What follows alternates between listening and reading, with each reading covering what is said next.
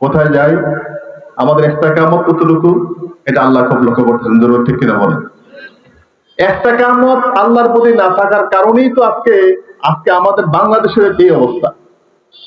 যদি আমরা পরনির্ভরশীল হয়ে যাই, যদি আমরা নিজের প্রতি আস্থা না রাখি, আল্লাহর প্রতি আস্থা এবং বিশ্বাস না রাখি, তাইলে আল্লাহ আমাদেরকে সাহায্য করে না। চাইছিল অনেকে যে ভারতের মাধ্যমে টিকে থাকার জন্য, তাদের উপর আস্থা রাখার জন্য, কিন্তু টিকতে পারে না। ঠিক না? আমাদের আস্থা আছে আল্লাহর উপরে।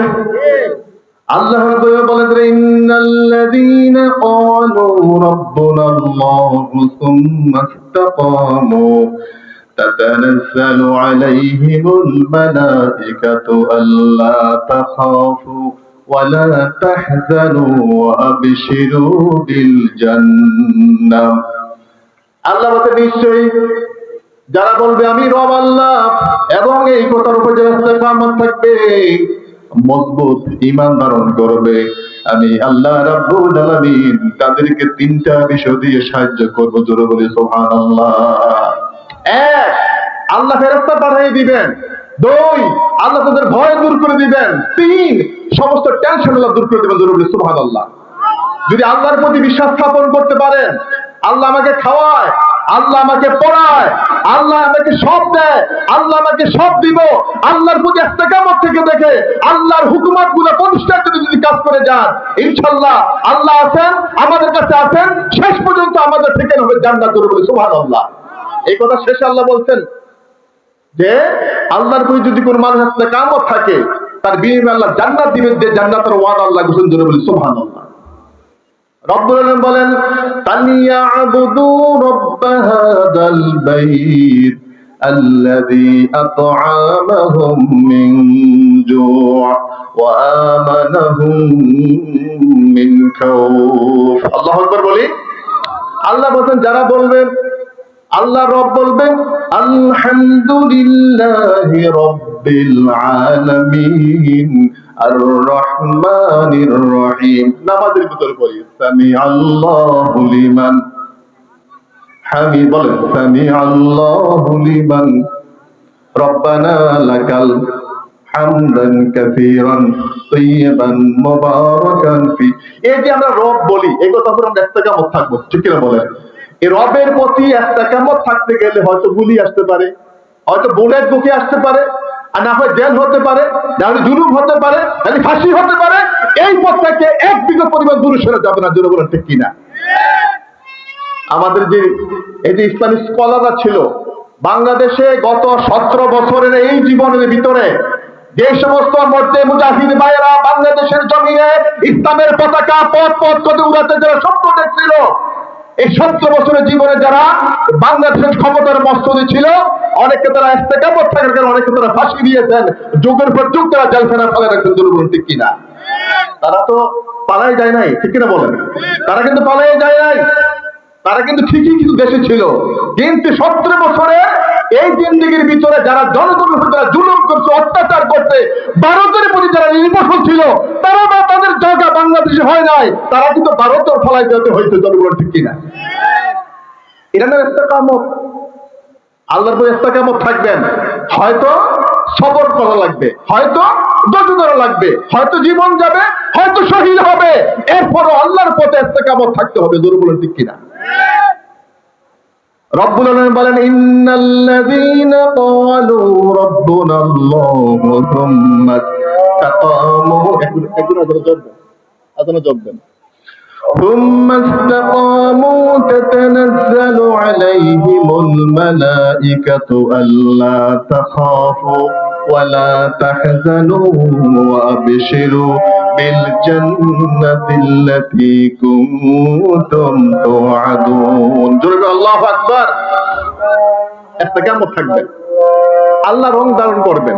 পৃথিবীতে আল্লাহর রং থেকে আর কারো রং উত্তম হতে পারে না। ঠিক কিনা বলেন?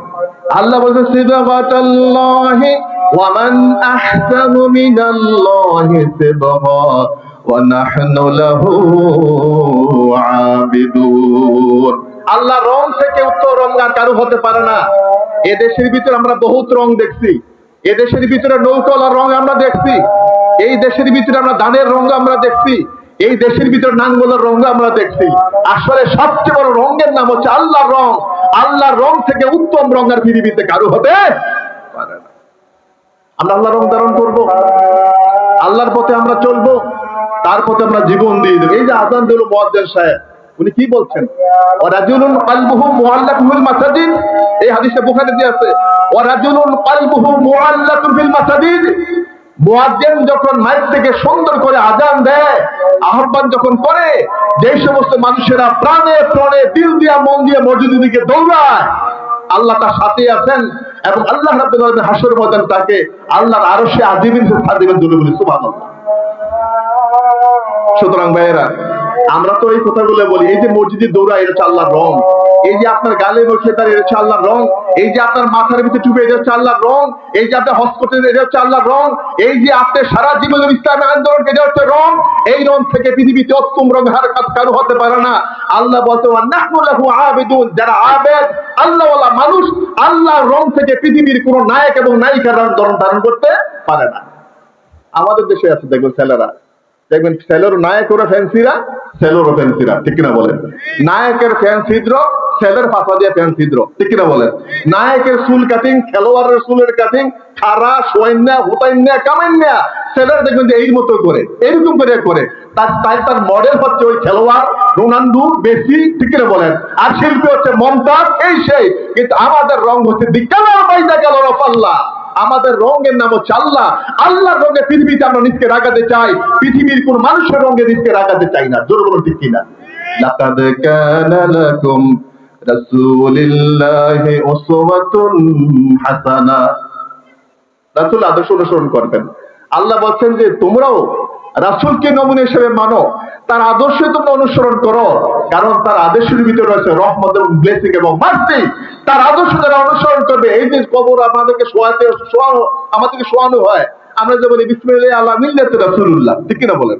কবরে সাহিত্য করার সময় জীবনে রাসূলের আদর্শ অনুসরণ করেন নাই, গালে মুখের মধ্যে দাঁড়িয়ে নাই, সারাদিন গান এবং মদ ইয়ার বানিয়া যারা ছিল তাদের বেরোত মানুষ এই দোয়াগুলো পড়ে না। রাসূলের আদর্শ দুনিয়াতে ধারণ না করলে এই দোয়া তারা পড়লে না, দোয়া তারা বাইতে খাবাই ফেলো, কাজ হইতো না। জোর বলেন ঠিক কিনা? বন্ধুরা, এই জন্য বিপদ হবে, জেল হবে, জুলুম হবে, নির্যাতন হবে, ছেলেমেয়েরা যাবে, ক্ষয়ক্ষতি হবে, সব হবে। এরপর বলছে আল্লাহ তুমি আমার রব। কি বলবেন?